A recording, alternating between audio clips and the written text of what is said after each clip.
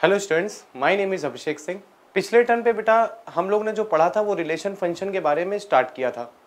Relation की definition बता दी थी, फंक्शंस की डेफिनेशन बता दी थी, फंक्शंस के टाइप्स बता दिए थे, one one, many one, into और ऑन टू। और आज की क्लास में उसी टॉपिक को हमें कंप्लीट करना है। तो सब लोग अपनी कॉपी में फिर से हेडिंग डाल लें। टाइप्स ऑफ फंक्शन 4 तरह के होते हैं, हमने आपको पहले भी बताया था। हेडिंग डालने बेटा टाइप्स ऑफ फंक्शन, और स्टार्ट करते हैं बेटा टाइप्स ऑफ फंक्शन के बारे में जानना। टाइप्स ऑफ फंक्शन, फंक्शन हमने आपको पिछले टर्म पे बताया था कि 4 टाइप्स के होते हैं। पहला होता है बेटा one one function, one one function. दूसरा होता है many to one function, many to one function. तीसरा होता है इनटू फंक्शन, और चौथा होता है ऑन टू फंक्शन। ये 4 टाइप के फंक्शन हम लोग ने क्लास में देखे थे। इनकी डेफिनेशन पहले भी बता दी गई थी, तो आज डेफिनेशन पे फोकस ना करके बेटा हम लोग इस पे फोकस करते हैं कि पहचाने कैसे कोई फंक्शन वन वन है, मैनी वन है, इन टू है कि ऑन टू है। इस बात पे आज ज्यादा जोर देंगे बेटा। तो उसके पहले ये 3 बातें आप लोगों ने सुन रखी होगी, डोमेन, कोडोमेन और रेंज के बारे में। डोमेन, कोडोमेन और रेंज के बारे में। अच्छा, जैसे अगर हमने आपसे बोला कि एक सेट है ए, दूसरा सेट है बी। ए सेट के अंदर हमने मान लिया बेटा 3 एलिमेंट थे 1 2 3, और दूसरा सेट है बी जिसके अंदर हमने मान लिया कि 4 एलिमेंट है। 4 एलिमेंट है बेटा, 4 5 6 और 7, 4 5 6 और 7। हमने आपसे बोला कि 1 की इमेज मान लीजिए 4 है, 2 की इमेज 5 है, 3 की इमेज 6 है, ऐसा हमने आपसे बोला। तो अब अगर हम बोले इस एरो डायग्राम को देख करके आपको बताना है कि इस फंक्शन ए से बी के बीच में बिल्कुल फंक्शन बन रहा है, ए से बी के बीच में फंक्शन बन रहा है बेटा, ठीक है। अगर हम बोले डोमेन क्या है, इस फंक्शन की डोमेन क्या है, तो सभी बोलेंगे बेटा कि सेट, पहला वाला जो सेट होता है ना, उसके जितने भी एलिमेंट होते हैं वो सारे के सारे डोमेन होते हैं। तो ये डोमेन के अंदर क्या आ गया, 1 2 3। इस झोली में जितने भी पत्थर पड़े हैं वो सारे के सारे डोमेन है। तो डोमेन क्या हो गया बेटा, 1 2 3। कोडोमेन क्या हो गया, सेट बी के जितने भी एलिमेंट है, सेट बी के जितने भी एलिमेंट है, मतलब जितने सामने आदमी बैठे हुए हैं, ये सारे के सारे हो गए कोडोमेन। मतलब कोडोमेन के अंदर क्या क्या आएगा बेटा, 4 आएगा, 5 आएगा, 6 आएगा और 7 आएगा। 4 5 6 और 7। अब हमने बोला बताइए रेंज क्या है, रेंज। तो जितने सामने लोग बैठे थे ना, जिनके जिनके इन पत्थरों से सर फूट गए, किसके किसके फूटे बेटा, 4 वाले आदमी के, 5 वाले आदमी के और 6 वाले आदमी के। तो ये रेंज हो गई, 4 5 और 6 ये रेंज हो गई। 7 के साथ तो कुछ हुआ ही नहीं था, 7 की प्री इमेज तो कुछ थी ही नहीं। तो 7 जो है बेटा वो रेंज का पार्ट नहीं है, वो सिर्फ कोडोमेन का पार्ट है। Range is the subset of codomain, range is the subset of codomain. तो झोली में जितने पत्थर पड़े वो सारे के सारे डोमेन। पहला वाला सेट यानी एक्स वाला सेट यानी ए वाला सेट, ये डोमेन का काम करता है। बी वाला सेट जो पूरा का पूरा बेटा वो कोडोमेन का काम करता है। और रेंज जो डोमेन की वैल्यू डालने पर y की वैल्यू, जो x की वैल्यू डालने पर हमें y की वैल्यू मिली है, वो कहलाती है रेंज। तो रेंज हो गई बेटा 4 5 6। अब जरा इस फिगर में देख करके बताना क्या कोडोमेन और रेंज बराबर है। तुम बोलोगे नहीं सर नहीं बराबर है, 7 तो छूट गया। और तुम्हें एक बात हम बेटा बिल्कुल बता दें, इस बात पे जोर देना, अगर कोडोमेन और रेंज नहीं बराबर है, अगर कोडोमेन और रेंज नहीं बराबर है, इसका मतलब एक ना एक एलिमेंट छूटा सेट बी का। और हमने पिछले टर्म पे बताया था आपको, अगर सेट बी का एक एलिमेंट छूट गया, कोई भी एलिमेंट छूट गया, एक क्या 2 3 4 5 10 इनफाइनाइट एलिमेंट छूट गए सेट बी के, सिंगल एक भी एटलीस्ट 1 भी अगर एलिमेंट छूट गया है सेट बी का, तो वो फंक्शन इनटू फंक्शन कहलाएगा। इसका मतलब जब जब कोडोमेन रेंज के बराबर नहीं आती है, जब जब कोडोमेन रेंज के बराबर नहीं आती है, फंक्शन कहलाता है इनटू फंक्शन, फंक्शन कहलाता है इनटू फंक्शन। याद रखना बेटा, रेंज अगर कोडोमेन के बराबर नहीं है तो इनटू फंक्शन, और रेंज अगर कोई भी एलिमेंट नहीं छूटा, मतलब कोडोमेन और रेंज अगर बराबर है तो ऑन टू फंक्शन। जैसे अगर हमने बोला कि यहां पर 3 एलिमेंट है 1 2 3, और यहां पर है 4 5 6। हमने आपसे बोला 1 की इमेज 4, 2 की इमेज 5, 3 की इमेज 6। क्या सेट बी का कोई भी एलिमेंट छूटा है? नहीं छूटा बेटा। और अगर नहीं छूटा तो ऑन टू, छूट गया तो इनटू, नहीं छूटा तो ऑन टू, छूट गया तो इनटू। इतनी बात तो सबको समझ में आती होगी। तो बेटा इनटू ऑन टू पहचानने का तरीका सिर्फ और सिर्फ एक ही है। क्वेश्चन में तुम्हें कोडोमेन गिवन होगी, हर बार गिवन होगी। एनडीए में, मेंस में, बोर्ड में कभी भी क्वेश्चन आएगा कोडोमेन तुम्हें गिवन है। कोडोमेन गिवन है और रेंज तुम्हें निकालनी होगी।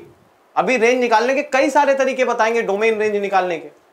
जैसे जैसे ये चैप्टर आगे पढ़ेगा कोडोमेन और रेंज के बारे में सीखेंगे।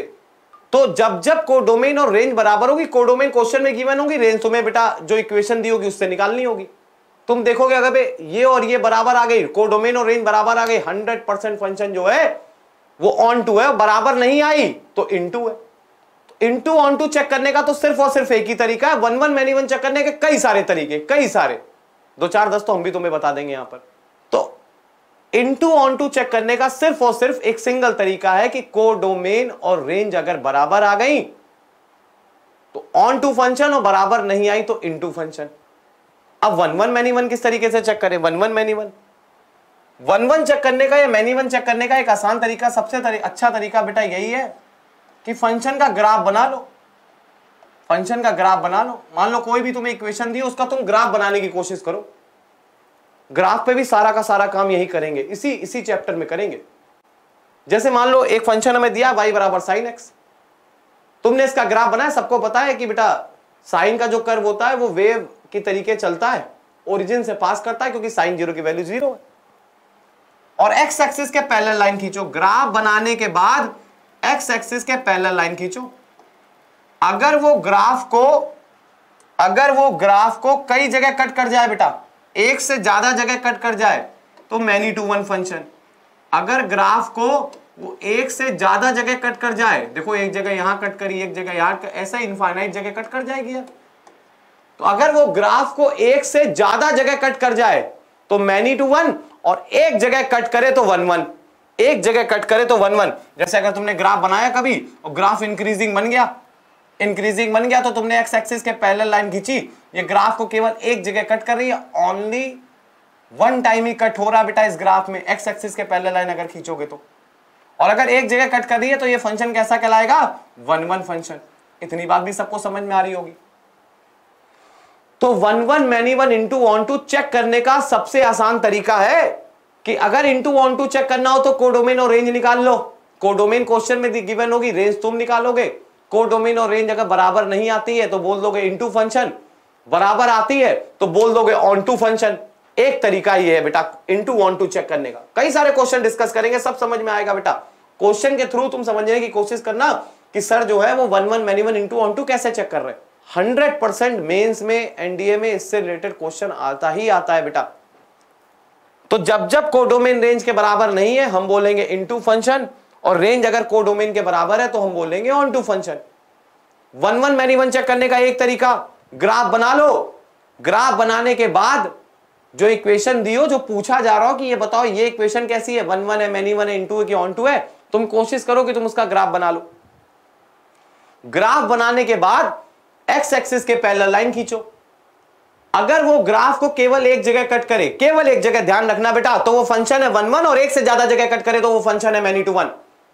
एक जगह कट करे तो 1 1, और एक से ज्यादा जगह कट करे तो मैनी टू 1।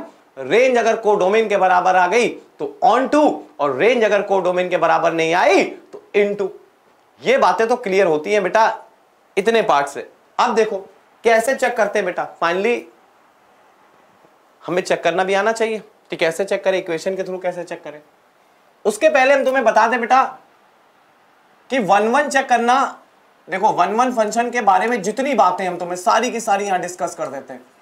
1 1 फंक्शन के बारे में जितनी बातें तुम्हें पता होनी चाहिए वो सारी की सारी यहां डिस्कस कर देते हैं बेटा। कि हमें 1 1 फंक्शन पता करना था, कैसे पता करें। तो सबसे आसान काम बेटा, एफ एक्स बराबर तुम्हें गिवन होगा, अरे एफ एक्स बराबर तुम्हें गिवन होगा, ये तुम्हें गिवन होगा बेटा क्वेश्चन में कि इस फंक्शन के बारे में पता करना है हमें। तुम क्या काम करो, एफ डैश एक्स निकालो, डिफरेंशिएट कर दो बेटा। उससे फायदा क्या होगा, अगर एफ डैश एक्स पॉजिटिव आता है या निगेटिव आता है, पॉजिटिव आता है या निगेटिव आता है, तो 100% बेटा एफ डैश एक्स पॉजिटिव होने का क्या मतलब है? एफ डैश एक्स पॉजिटिव होने का मतलब है कि ग्राफ इंक्रीजिंग है। ग्राफ कैसा है बेटा? एफ डैश एक्स पॉजिटिव होने का क्या मतलब है? ग्राफ जो है वो इंक्रीजिंग है, ग्राफ जो है वो इंक्रीजिंग है। और अगर इंक्रीजिंग है तो एक्स एक्सिस के पैरेलल लाइन खींचोगे बेटा, ग्राफ को केवल एक जगह कट करेगी। अच्छा, एफ डैश एक्स निगेटिव होने का मतलब क्या है? ग्राफ जो है बेटा वो डिक्रीजिंग है, केवल डिक्रीज कर रहा है, और डिक्रीज करे तब भी अगर एक्स एक्सिस के पैरेलल लाइन खींचोगे तो ग्राफ को केवल एक जगह कट करेगी। एफ डैश एक्स पॉजिटिव होने का मतलब है एफ एक्स जो फंक्शन है, इससे क्या कंक्लूजन निकालोगे कि एफ एक्स जो फंक्शन है वो 100% इंक्रीजिंग है। और इससे क्या कंक्लूजन निकालोगे बेटा कि एफ डैश एक्स अगर निगेटिव आ रहा है तब तुम क्या कंक्लूजन निकालोगे, जो फंक्शन है वो डिक्रीजिंग है। दोनों ही केसेस में अगर एफ डैश एक्स पॉजिटिव है या एफ डैश एक्स निगेटिव है, मतलब या तो फंक्शन इंक्रीज कर रहा होगा या तो फंक्शन पूरी तरीके से डिक्रीज कर रहा होगा। दोनों ही केसेस में एक्स एक्सिस के पैरेलल लाइन अगर तुम खींचते हो तो ग्राफ को केवल और केवल एक जगह कट करेगी, और अगर एक जगह कट करेगी तो 100% में 1-1 फंक्शन है, 100% 1-1 फंक्शन है। तो ये तो था बेटा 1-1 चेक करने का तरीका कि अगर एफ डैश एक्स निकालना पड़ेगा, देखना पड़ेगा पॉजिटिव है कि निगेटिव है। जैसे एक छोटा सा एग्जांपल, बिल्कुल छोटा सा एग्जांपल हम लोग देखते हैं। कभी दिया था f of r to r, f of r to r, f of r to r y बराबर 3x प्लस 5, y बराबर 3x प्लस 5। हमें कभी ऐसा फंक्शन दे रखा, मान लो y बराबर 3x प्लस 5। अब हमने पूछा बताओ ये फंक्शन है कैसा, 1-1 है कि नहीं है?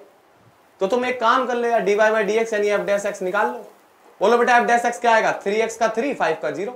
तुमने देखा भाई ये तो पॉजिटिव है, तुम समझ गए यार, इंक्रीजिंग फंक्शन है, इंक्रीजिंग है। देखो ना 0 पर वैल्यू 5 आ रही है, 0 पर वैल्यू 5 आ रही है, इंक्रीजिंग है। तो 100% एक्स एक्सिस के पैरेलल लाइन खींचोगे तो ये 1-1 फंक्शन है। बात सबको समझ में आती हो कि बेटा 1-1 है, ये 1-1 है।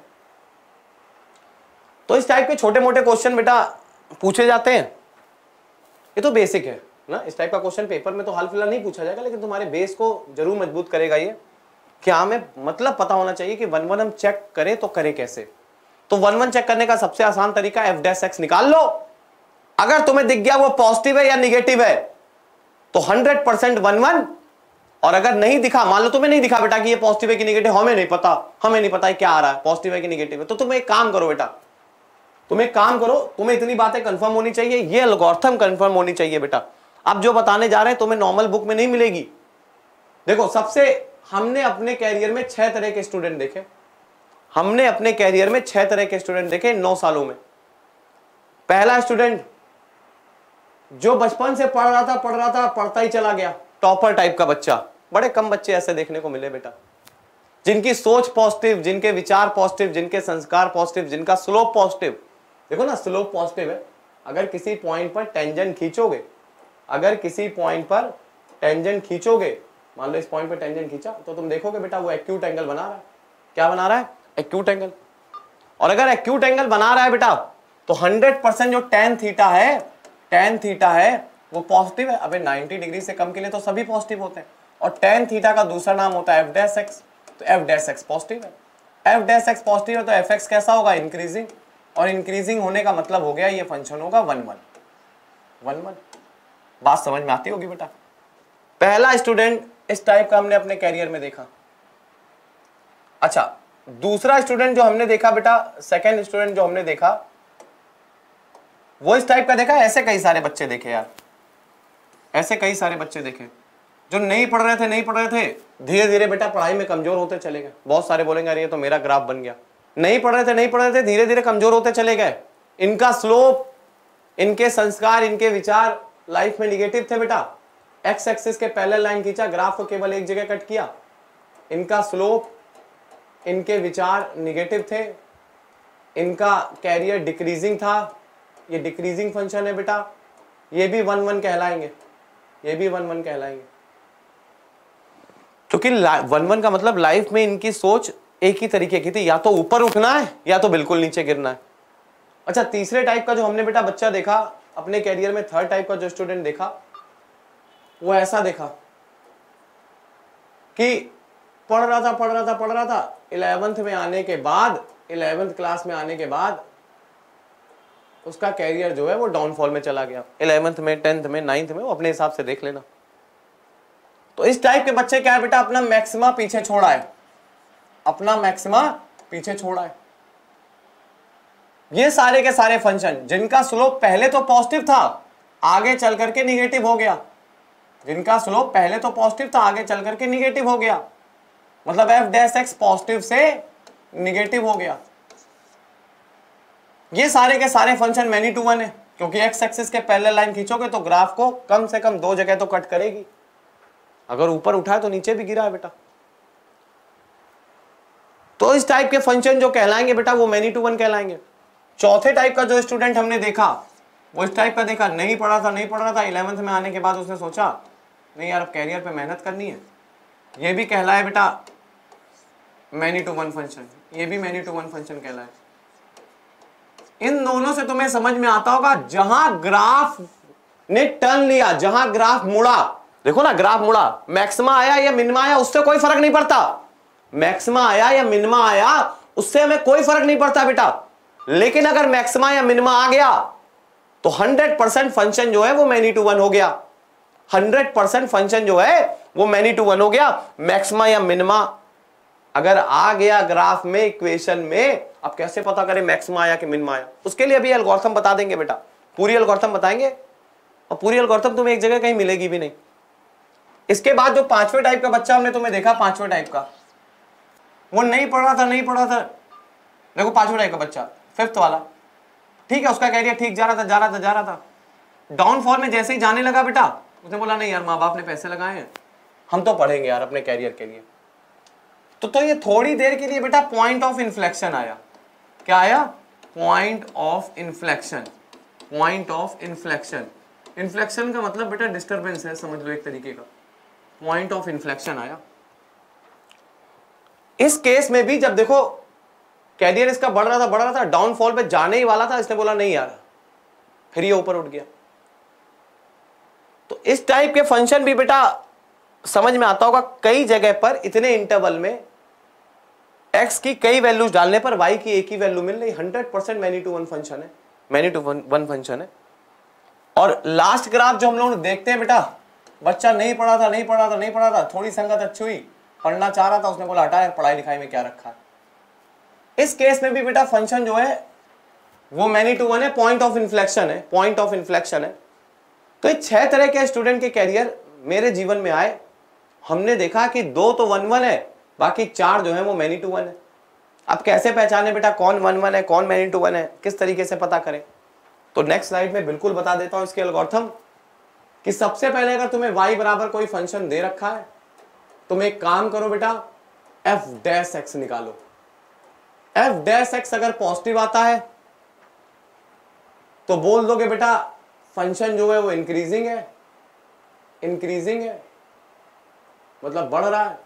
अगर f डैश x पॉजिटिव आता है तो क्या बोलोगे?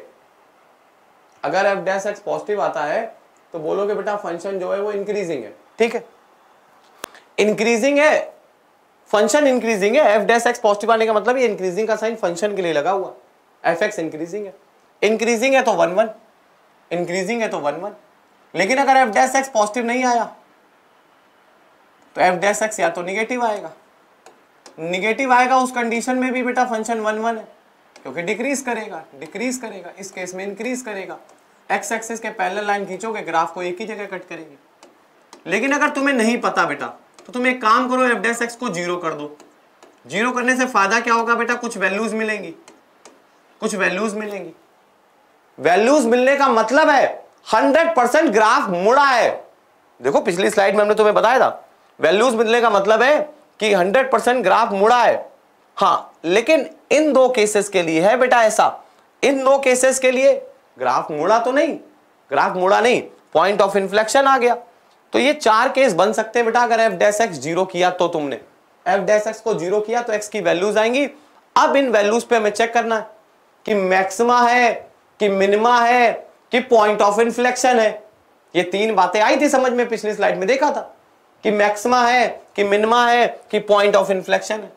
तो एक काम करो बेटा, इसके लिए कि मैक्सिमा चाहे ए पॉइंट पर मैक्सिमा है कि मिनिमा है कि पॉइंट ऑफ इन्फ्लेक्शन है, कैसे चेक करें बेटा, ए पॉइंट पर। तुम एक काम करो, जैसे ही एफ डैश एक्स को 0 किया, एक्स की 2 वैल्यूज मिली, तुम तुरंत एफ डबल डैश एक्स निकाल लो। और कहां निकाल लो बेटा, x is equal to a पर। अगर पॉजिटिव आ गया तो बोल देना at x is equal to a, minima आ गया बेटा। क्या आ गया, मिनिमा। अगर एफ d2y बाई dx2 की वैल्यू पॉजिटिव आ गई तो 100% मिनिमा, निगेटिव आ गई तो 100% मैक्सिमा। 100% मैक्सिमा याद रखना बेटा। d2y बाई dx2 की वैल्यू अगर पॉजिटिव आती है तो मिनिमा, निगेटिव आती है तो मैक्सिमा। अच्छा, कोई बच्चा कहे कि सर हो सकता है कि 0 भी आ जाए, बिल्कुल आ सकती है बेटा।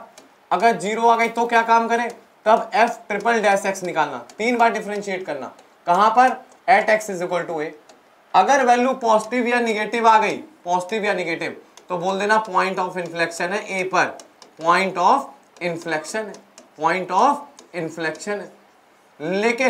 लेकिन अगर मान लो d3y बाई dx3 भी 0 आ गया, तब क्या काम करे बेटा, तब तुम एक काम करना बेटा, चौथी बार डिफरेंशिएट कर देना ना, f4x निकाल लेना।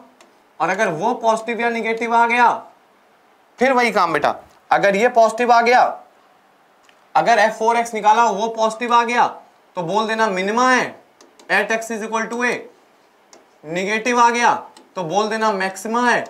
और अगर 0 आ गया तो फिर वही कहानी बेटा कि f5x ना 5 बार डिफरेंशिएट करोगे, और फिर वही सही, अगर ये पॉजिटिव या निगेटिव आ गया तो बोल दोगे point of inflection, point of inflection. और यही चीज टू बी कॉन्टिन्यूड चलती चली जाएगी बेटा, यही चीज to be continued, to be continued. तो ये तुम्हारे पास पूरी एल्गोरिथम है चेक करने की, ये तुम्हारे पास पूरी एल्गोरिथम है चेक करने की कि 1-1 बन रहा है कि मैनी टू 1 बन रहा है। अच्छा, मैनी टू 1 के लिए बेटा देखो, मैनी टू 1 तो चारों केसेस में बनेगा, इन सब केसेस में मैनी टू 1 बनेगा, सब केसेस में। लेकिन मैक्सिमा कहां है, मिनिमा कहां है, पॉइंट ऑफ इन्फ्लेक्शन कहां है, पूरी नॉलेज जानने के लिए तुम्हें क्या करना पड़ेगा कि d2y बाई dx2 निकालना पड़ेगा। अगर उस पॉइंट पर d2y बाई dx2 पॉजिटिव आता है तो बोल दोगे मिनिमा, निगेटिव आता है तो बोल दोगे मैक्सिमा। अगर 0 आ गया तब d3y बाई dx3 निकालोगे। वो पॉजिटिव या निगेटिव आ गया तो पॉइंट ऑफ इन्फ्लेक्शन। अगर वो 0 आ गया तो d4y बाई dx4 निकालोगे। वो पॉजिटिव आ गया तो उसी तरीके मिनिमा, निगेटिव आ गया तो मैक्सिमा। और अगर 0 आ गया तो d5y बाई dx5 निकालोगे। वो पॉजिटिव या निगेटिव आ गया तो पॉइंट ऑफ इन्फ्लेक्शन। वो 0 आ गया तो d6y बाई dx6 निकालोगे। वो पॉजिटिव आ गया तो मैक्सिमा, निगेटिव आ गया तो मिनिमा। और ये कहानी चलती चली जाएगी।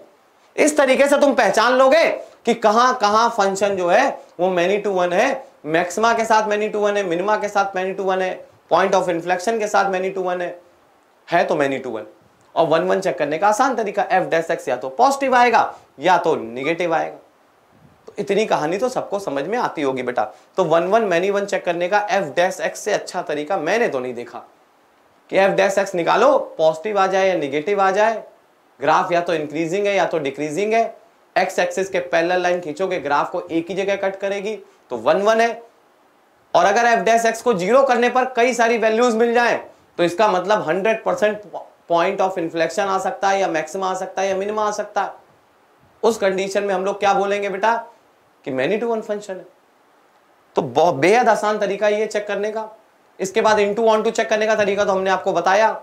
इनटू का मतलब कोडोमेन और रेंज बराबर आ जाए तो इनटू, कोडोमेन और रेंज बराबर आ जाए तो ऑन टू, और अगर बराबर ना है इसका मतलब एक पॉइंट सेट बी का एलिमेंट छूट गया तो फंक्शन इनटू। इतनी बात भी समझ में आती है कि कोडोमेन और रेंज अगर बराबर आ जाए तो इसका मतलब सेट बी का कोई भी एलिमेंट नहीं छूटा, function is onto. Function कैसा है बेटा, ऑन टू है। और इनटू की डेफिनेशन क्या बताई थी, अगर कोडोमेन और रेंज बराबर नहीं आते हैं इसका मतलब कोई ना कोई एलिमेंट छूट गया है, और अगर एक सिंगल एलिमेंट भी सेट बी का छूट गया तो फंक्शन क्या कहलाएगा, वो इनटू कहलाएगा। अब आ जाते हैं बेटा इसी थ्योरी पे वापस कि टोटल अगर मान लो एक सेट है जिसके अंदर m एलिमेंट है, दूसरा सेट है जिसके अंदर n एलिमेंट है। बिल्कुल ध्यान से सुनना वरना ये थ्योरी चली जाएगी बेटा।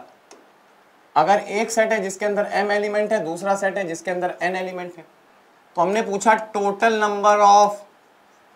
नंबर ऑफ फंक्शन, पिछली क्लास में बताया था टोटल नंबर ऑफ रिलेशन बताओ। अच्छा सबसे पहले टोटल नंबर ऑफ रिलेशन, तो सबने बोला सर 2 की पावर m इंटू n, पिछले लेक्चर में सुना था। हमने बोला इनमें से कितने फंक्शन होंगे, तो तुमने बोला सर n की पावर m जो होंगे वो टोटल फंक्शन होंगे, बताया था पिछली क्लास में।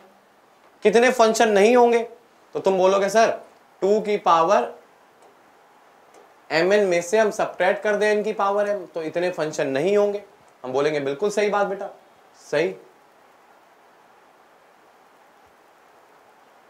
ठीक है, इतनी कहानी तो समझ में आ गई होगी। ये तो हमने पिछले टर्म पे डिस्कस किया था, ये कहानी तो हमने पिछले टर्म पे डिस्कस करी थी बेटा। ठीक है, इतने फंक्शन, इतने रिलेशन तो हैं लेकिन फंक्शन नहीं है, इतने रिलेशन भी हैं और फंक्शन भी है। ये कहानी तो हमने पिछले टर्म पे डिस्कस करी थी बेटा। अब हम तुमसे पूछें ये जो टोटल फंक्शन आए हैं, जो टोटल फंक्शन है, इनमें से कुछ 1 1 होंगे, कुछ मैनी टू 1 होंगे, कुछ इनटू होंगे, कुछ ऑन टू होंगे। अरे यही फंक्शन तो बटेंगे, कुछ 1 1 होंगे बाकी बचे मैनी टू 1 होंगे, कुछ इनटू होंगे बाकी बचे ऑन टू होंगे। जो 1 1 और मैनी टू 1 का सम है बेटा, इतनी बात तो तुम्हें भी समझ में आती होगी, जो फंक्शन 1 1 होता है वो मैनी टू 1 नहीं होता, जो फंक्शन 1 1 होता है वो मैनी टू 1 नहीं होता, और जो इनटू होता है वो ऑन टू नहीं होता, जो इनटू होता है वो ऑन टू नहीं होता, जो ऑन टू होता है वो इनटू नहीं होता। तो कंपैरिजन इनके बीच में और इनके बीच में तो किया जा सकता है। जो फंक्शन 1 1 है वो मैनी टू 1 नहीं होगा, जो इनटू है वो ऑन टू नहीं होगा। इसका मतलब इन दोनों का सम जो होगा, इन दोनों का सम 1 1 और मैनी टू 1 वो टोटल नंबर ऑफ फंक्शन के बराबर होगा, हाँ या ना? बिल्कुल होगा बेटा। अबे जो 1 1 नहीं होता वो मैनी टू 1 होता है, तो फंक्शन में इसमें जितने 1 1 होंगे बाकी बच्चे वाले मैनी टू 1 होंगे। तो इसका मतलब इन दोनों का जो सम करोगे वो n की पावर m के बराबर आएगा, और इन दोनों का जब भी सम करोगे तो n की पावर m के बराबर आएगा। बात समझ में आती होगी। अरे जो इनटू नहीं होता बाकी बचे ऑन टू होते, तो इनका मतलब इन दोनों का सम भी n की पावर m के बराबर आएगा। इतनी कहानी तो सबको क्लियर हो गई। अब हमने बोला कि टोटल नंबर ऑफ फंक्शन जो थे बेटा वो n की पावर m थे, total number of function n की पावर n थे। अब हमने तुमसे बोला कि बताओ इनमें से कितने 1 1 है, तो तुमने एक छोटा सा एग्जांपल देकर के देखा कि सर मान लीजिए यहां पर 3 एलिमेंट है 1 2 3, और यहां पर 4 5 6 7 4 एलिमेंट है। हमें 1 1 बनाना है, हमें 1 1 बनाना है। कैसे बनाए 1 1, कैसे बनाए 1 1? तो 1 की इमेज क्या क्या हो सकती है बेटा? 1 की इमेज क्या क्या हो सकती है? हो सकता है 1 की इमेज 4 हो सकता है 1 की इमेज 5 हो सकता है 1 की इमेज 6 हो सकता है 1 की इमेज 7 हो। तो 1 के लिए कितने ऑप्शन है अपन लोग के पास? 4। 1 के लिए कितने ऑप्शन है? 4। अब मान लो 1 की इमेज 5 आ गई, मान लो ऐसी दे दी, कोई ना कोई एक देनी थी, हमने 5 दे दी। अब बताना बेटा 2 की कितनी इमेजेस पॉसिबल है? 2 की कोई बच्चा बोलेगा सर अभी भी 4, हो सकता है ये भाई भाई हो ना बेटा, इस बार ये दोनों भाई भाई नहीं हो सकते। क्यों? क्योंकि हमें फंक्शन बनाना है 1 1, और 1 1 का मतलब होता है एक की केवल एक इमेज। अगर 1 की इमेज 5 हो गई तो 2 की इमेज 5 नहीं हो सकती। क्यों नहीं हो सकती? फंक्शन 1 1 नहीं बनेगा, फंक्शन 1 1 नहीं बनेगा। तो अब बेटा 2 की इमेज 5 तो नहीं हो सकती, या तो 4 होगी, या तो 6 होगी, या तो 7 होगी। तो 2 के लिए कितने ऑप्शन बचे? 3। इसी तरीके 3 के लिए कितने ऑप्शन बचेंगे बेटा? 2। तो आंसर कितना आ जाएगा? 24 1 1 फंक्शन होंगे इस वाले रिलेशन में, इस वाले फंक्शन में हमारे पास टोटल 1 1 फंक्शन कितने होंगे? टोटल 1 1 फंक्शन इस एरो डायग्राम के लिए 24। इतनी बात समझ में आ गई होगी। अच्छा, इसी चीज को बच्चा दूसरी तरीके से भी लिख सकता है। बच्चे ने बोला सर इसी काम को अगर हम लोग जनरल लिखना चाहे तो हम लोग ऐसे लिख सकते हैं। आपने कॉम्बिनेशन सिखाया, यहां 4 बंदे बैठे थे, यहां 3 बैठे थे, तो हम एक काम करें 4 में से 3 बंदे चूज कर लें। इन 4 में से कोई भी 3 लोगों को चूज कर लिया और इन 3 को इन 3 के साथ अरेंज करा दिया। बिल्कुल सही बात बेटा, यही काम तो किया है। अबे यही काम तो यहां पे भी किया है। 4 में से कोई 3 बंदे चूज करो, कोई भी 3 चूज कर लो, 5 6 7, और इन 3 को इन 3 के साथ अरेंज करा दो। 3 चीजों को अरेंज करने के तरीके फैक्टोरियल 3, 3 चीजों को अरेंज करने के तरीके फैक्टोरियल 3। तो हम आंसर क्या लिख सकते हैं? 4c3 इंटू फैक्टोरियल 3, ऐसे भी लिख सकते हैं बेटा। इसको भी सॉल्व करोगे तो देखो 4c3 की वैल्यू 4, फैक्टोरियल 3 की वैल्यू 6, आंसर देखो अभी 24 आया। तो अगर यही काम हम लोग m और n के लिए करें कि इधर m एलिमेंट थे, इधर n एलिमेंट थे, तो बताओ टोटल नंबर ऑफ फंक्शन। तो तुमने बोला sir total number of function जो आएंगे वो n की पावर m आएंगे। हमने बोला बिल्कुल सही बात बेटा, टोटल नंबर ऑफ फंक्शन तो n की पावर m आएंगे। हमने बोला उसमें से 1 1 कितने होंगे, तुमने बोला सर 1 1 इतने होंगे। हमने बोला जनरल बताओ, इस पे m और n पे। तुमने बोला सर बिल्कुल आसान, ये भी तो m और n ही लिखा है। अबे यहां पर n की वैल्यू 4 थी, m की वैल्यू 3 थी, तो तुमने लिखा 4c3, यहां लिखोगे बेटा NCM इंटू फैक्टोरियल m। बात समझ में आती होगी यार। इसी चीज को NCM इंटू फैक्टोरियल m हमने जनरल तरीके से लिख दिया। ये आ गया बेटा 1 1 फंक्शन। कौन से फंक्शन? 1 1 फंक्शन। तो 1 1 फंक्शन इतने होते हैं अगर इधर m है और इधर n एलिमेंट है। तो कई बार एग्जाम में पूछा गया, कई बार 2 सेट दे देते हैं वो लोग, पूछ लेते हैं बताओ कितने 1 1 फंक्शन है। अच्छा बताओ कितने मैनी टू वन है। तो मैनी टू वन के लिए तुम क्या करोगे भाई, टोटल में से वो वाले सब्ट्रैक्ट कर दो, टोटल में से वो वाले सब्ट्रैक्ट कर दो जो 1 1 नहीं थे, टोटल में से वो वाले सब्ट्रैक्ट कर दो जो 1 1 नहीं थे, बाकी बचे वाले मैनी टू वन हो गए, बाकी बचे वाले मैनी टू वन हो गए। आ गई होगी बात समझ में बेटा। हमने तुमसे बोला अगर एक सेट है जिसके अंदर m एलिमेंट है, दूसरा सेट है जिसके अंदर n एलिमेंट है, तो total number of function n की पावर m, उनमें से कितने 1 1 NCM इंटू फैक्टोरियल m, कितने 1 1 नहीं है, कितने मैनी टू वन है, तो मैनी टू वन हो गए n की power m minus NCM into factorial m। इतनी कहानी सबको समझ में आ गई होगी। अब कुछ बच्चे कहेंगे सर 1 1 मैनी वन तो हमें समझ में आ गया, इंटू ऑन टू कैसे निकालें? बहुत अच्छा क्वेश्चन, बहुत इंपॉर्टेंट क्वेश्चन। पेपर में एक्चुअली बेटा इंटू ऑन टू ज्यादातर पूछा जाता है, तो इस पे हम लोग अब डिस्कस करेंगे कि इंटू ऑन टू कैसे निकालें। जबकि हमें इतनी बात तो कंफर्म हो गई कि n की पावर m जो थे वो टोटल नंबर ऑफ फंक्शन थे, इनमें से NCM इंटू फैक्टोरियल m जो थे वो 1 1 थे। अच्छा NCM इंटू फैक्टोरियल m जो थे, NCM इंटू फैक्टोरियल m जो थे बेटा, एक मिनट, हाँ अब देखते हैं बेटा, n की पावर m टोटल थे, NCM इंटू फैक्टोरियल m जो थे बेटा वो हमारे पास 1 1 थे, बाकी बचे वाले कितने हो गए, टोटल में से घटा दिए, इनको घटाओगे 1 1 वाले को, NCM इंटू फैक्टोरियल m, तो ये वाले कितने आ गए बेटा, ये आ गए मैनी टू वन। ये वाले कौन से आ गए, मैनी टू वन। ये हो गए मैनी टू वन, ये हो गए 1 1। अब इंटू ऑन टू कैसे चेक करें, ये हो गए 1 1 और ये हो गए मैनी टू वन। अब हम लोग बेटा मैनी टू वन, अब हम लोग कैसे चेक करें कितने फंक्शन इनटू है कितने ऑन टू है? तो बिल्कुल ध्यान से सुनना, क्वेश्चन आने वाला इससे, बिल्कुल ध्यान से सुनना बेटा। कैसे पता करें कितने फंक्शन इनटू है कितने ऑन टू है? तो उसके लिए एक क्वेश्चन हम तुमसे पूछते हैं बेटा कि मान लो तुम्हारी मम्मी ने 3 रोटियां बनाई, खाने वाले 2 लोग आ गए, हमने तुमसे बोला कि तुम्हारी मम्मी ने 3 रोटियां बनाई, खाने वाले 2 लोग आ गए, इधर रोटियां हैं बेटा, इधर रोटियां बनी घर में और इधर लोग हैं, पर्सन्स आ गए। अब एक एक करके हम बेटा सारे क्वेश्चनों का आंसर इससे निकालने की कोशिश करते हैं, सारे क्वेश्चनों का, कि टोटल रिलेशन कितने थे, टोटल फंक्शन कितने थे, उनमें से 1 1 कितने थे, मैनी वन कितने थे, इनटू कितने थे, ऑन टू कितने थे। हम इस क्वेश्चन के थ्रू जानने की कोशिश करते हैं, इसी में तुम्हें सारी बातें समझ में आ जाएंगी। तो पहला क्वेश्चन तुम्हारे लिए, कितने फंक्शन, कितने इसमें इन दोनों सेट के बीच में कितने रिलेशन है? सबसे पहला यही बता दो बेटा, रिलेशन कितने? तुमने बोला सर बिल्कुल आसान था क्वेश्चन, आप पहले भी बता चुके हैं कि 2 की पावर m, 2 की पावर m इंटू n यानी 3 इंटू 2, 2 की पावर m इंटू n यानी 2 इंटू 3, 2 की पावर 6, 2 की पावर 6 बेटा कितना आ गया, 64 तो रिलेशन बने, 64 तो रिलेशन बने। ये हो गया रिलेशन, सबको समझ में आती होगी बेटा, कई बार डिस्कस कर चुके हैं, ये हो गया रिलेशन।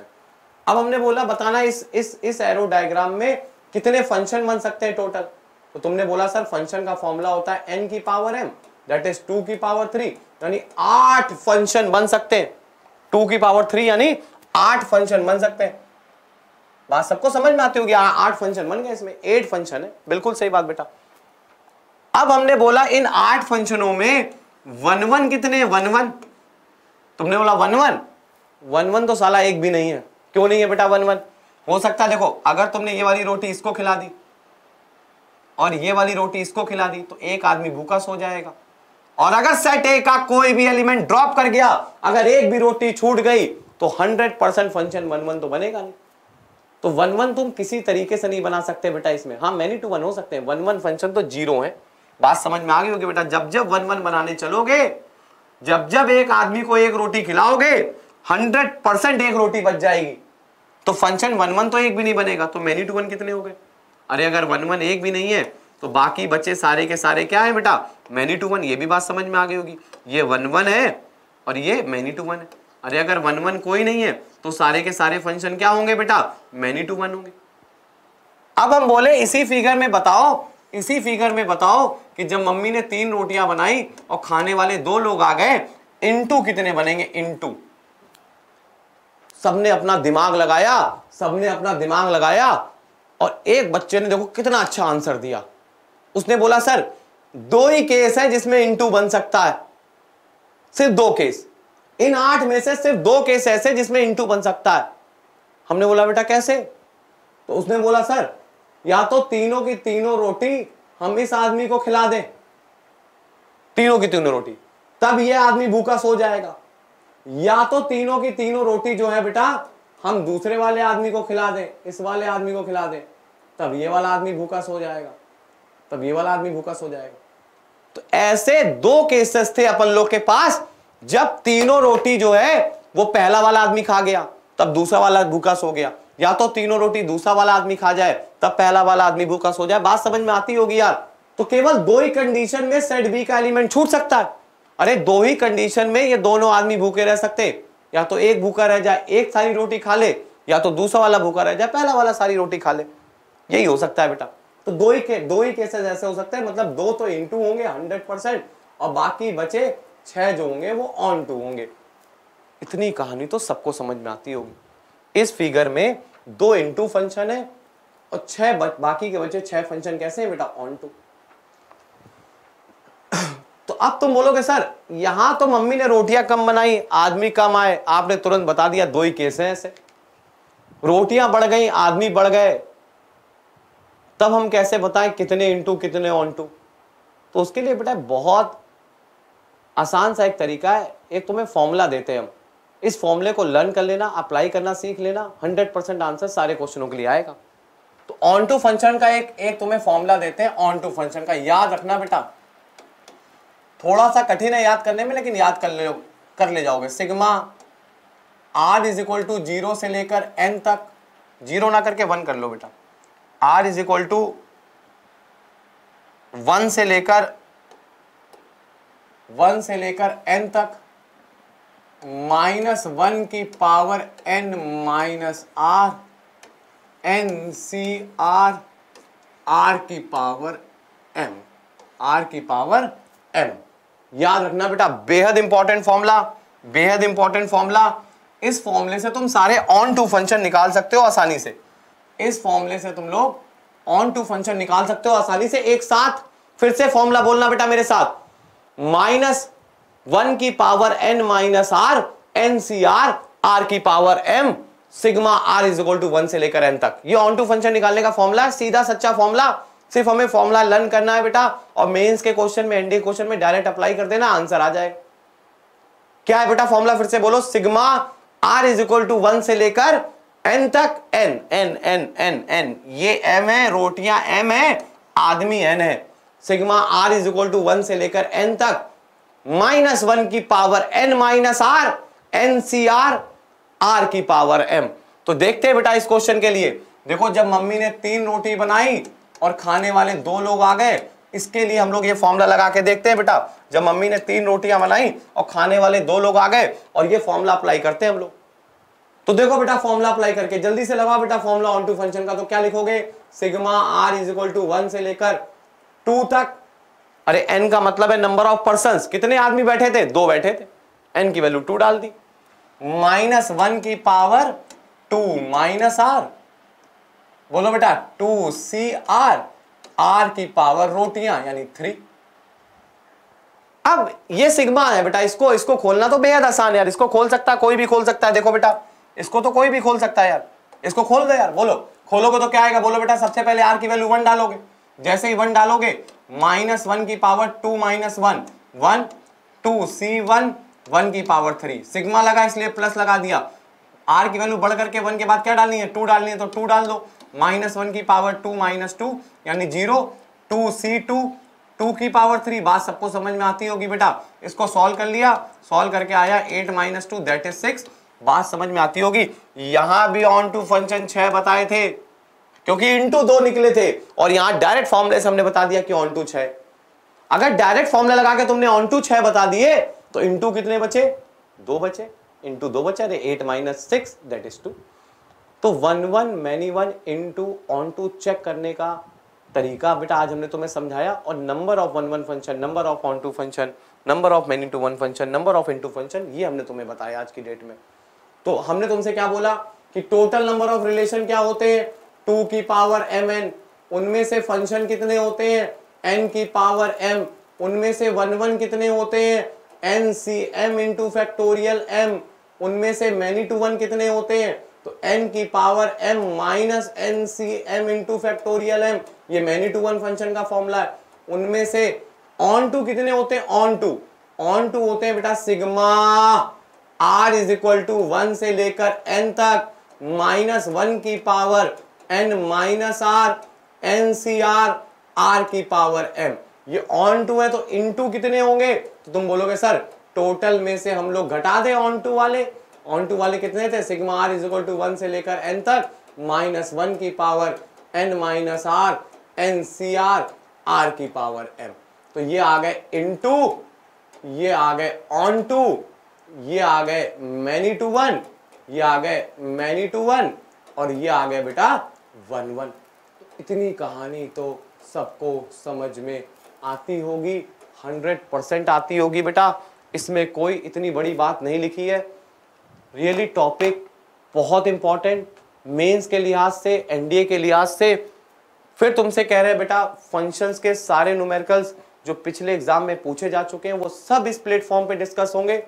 एडू एक ऐसा प्लेटफॉर्म है बेटा जो मेंस, एडवांस, बोर्ड, एनडीए जैसे कंपटीशन की तैयारी बहुत बहुत बहुत बहुत अच्छे ढंग से करा रहा है बेटा। तो बिल्कुल इसको लाइव हो करके इस पे ऐड होइए, इसको बेल आइकन दबाइए और जुड़ने की कोशिश करिए। थैंक यू, आज की क्लास यहीं तक।